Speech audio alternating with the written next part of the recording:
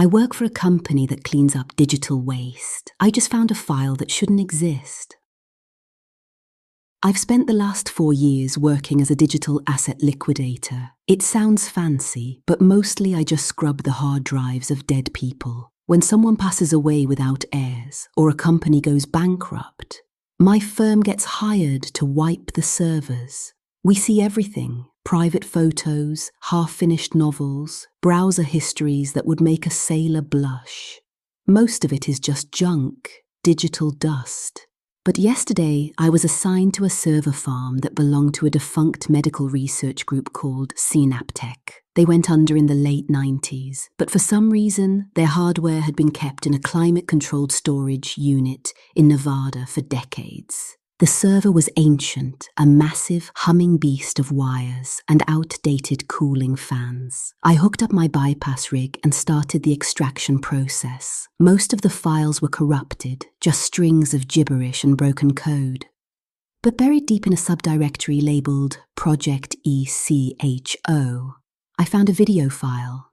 It was a .mov format dated June 12th, 1998.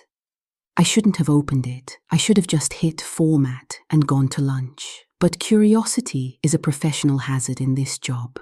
The video started with a grainy, low-light shot of a hospital room. There was a patient in the bed, so thin he looked like a skeleton wrapped in wax. Sensors were glued to his temples, and wires ran from his head into a machine that looked like an early version of the server I was currently wiping. A voice spoke from off-camera, cold, clinical, and devoid of empathy. Subject 04, final synchronization attempt. Vivi, are you receiving the signal? I froze. That's my name. It's not a common name. I told myself it was a coincidence, a common nickname for Vivian or Vivian. In the video, the man on the bed began to twitch. Not a seizure, but something more rhythmic. He started tapping his fingers against the metal bed frame. Tap, tap, tap, pause, tap, tap. It was Morse code. SOS.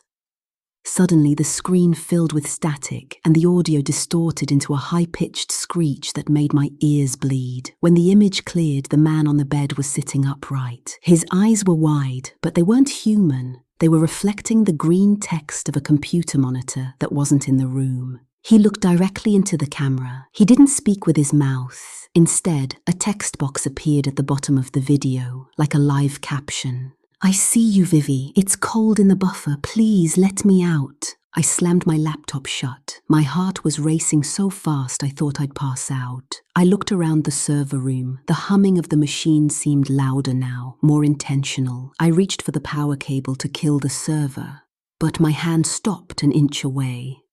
My phone, sitting on the desk next to me, buzzed. I didn't want to look at it. I knew I shouldn't, but I did. It was a notification from my Memories app. On this day, 27 years ago, I opened the notification. It was a photo of a baby in a crib. Me. But in the background of the nursery, reflecting in the window, was the same man from the video. The man from 1998. He was standing over my crib, and his hands weren't hands. They were bundles of copper wire reaching for my head. I looked back at the server. The echo file was still open on my bypass rig, but the progress bar was moving backwards. The files I had already deleted were reappearing.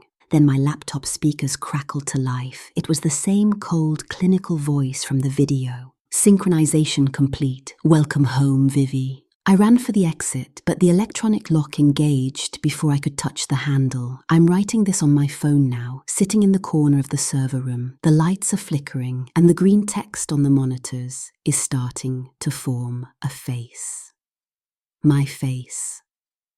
The digital waste isn't dead data, it's waiting. They didn't store these servers to preserve the past. They stored them to wait for the person who was compatible with the signal. I can feel a hum in my jawbone, a rhythmic tapping in the back of my skull. Tap, tap, tap, pause, tap, tap. Something is trying to upload. And I don't think there's enough space in my head for both of us.